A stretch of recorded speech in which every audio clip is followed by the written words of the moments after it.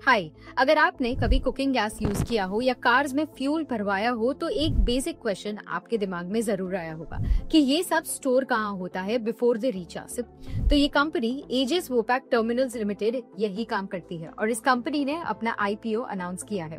आज इस IPO review video में हम इस कंपनी के बारे में डिटेल में बात करेंगे, इस कंपनी के फाइनेंशियल्स को देखेंगे, फ्यूचर की स्ट्रैटेजीज को देखेंगे और इस कंपनी के आईपीओ इशू डिटेल्स और ऑब्जेक्टिव्स को भी देखेंगे।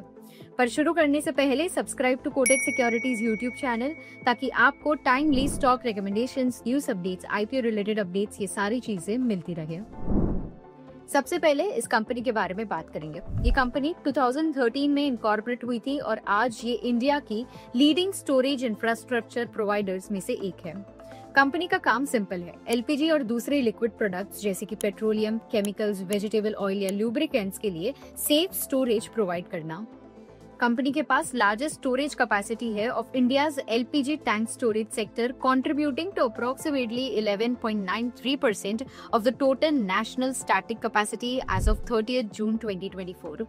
As of the same date, company के पास approximately 1.5 million cubic meters का liquid storage capacity है और 70,800 मीट्रिक टन्स का एलपीजी स्टोरेज कैपेसिटी है। कंपनी के ऑपरेशंस दो मेजर डिविजन्स में डिवाइडेड है। पहला है गैस टर्मिनल डिवीजन जहां एलपीजी को स्टोर और हैंडल करती है कंपनी, और दूसरा है लिक्विड टर्मिनल डिवीजन। ये division petroleum products, chemicals, edible और नॉन एडिबल ऑयल जैसे लिक्विड्स के स्टोरेज के लिए रिस्पॉन्सिबल है। कंपनी 30 टाइप्स के केमिकल्स और 10 से ज्यादा टाइप के एडिबल और नॉन एडिबल ऑयल्स मैनेज करती है इस वर्टिकल के थ्रू।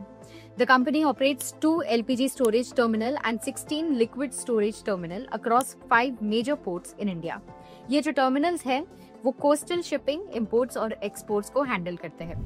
मूविंग ऑन, कंपनी के रेवेन्यू और नेट प्रॉफिट्स को देखते हैं। FY24 में कंपनी ने 570.12 करोड़ का टोटल रेवेन्यू रिकॉर्ड किया था और 86.54 करोड़ का नेट प्रॉफिट रिकॉर्ड किया। हाउएवर, उसके प्रीवियस फाइनेंशियल ईयर FY23 में कंपनी ने 0.8 करोड़ का नेट लॉस रिकॉर्ड किया था।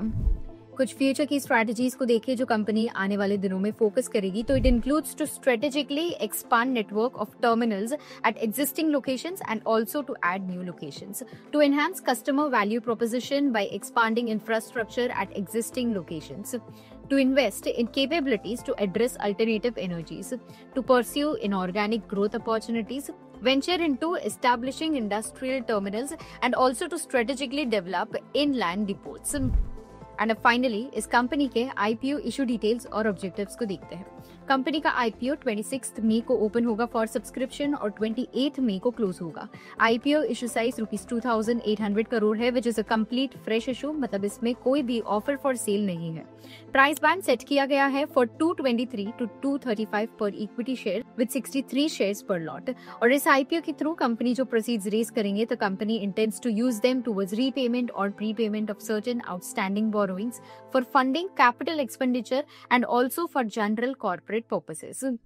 तो ये थे कुछ इंपॉर्टेंट हाइलाइट्स इस कंपनी के आईपीओ के बारे में। अगर आपको इस आईपीओ के बारे में और डिटेल में पढ़ना हो तो डिस्क्रिप्शन बॉक्स में दी गई हुई हमारी वेबसाइट लैंडिंग पेज लिंक को आप चेक कर सकते हो, where you can read more about this IPO. We hope आपको ये वीडियो हेल्पफुल लगा हो। अगर आपको इस आईपीओ के रिलेटेड कोई भी डाउट्स या क्वेरीज हो then please drop them in the comment section below and we will get back to you. Thank you and stay tuned.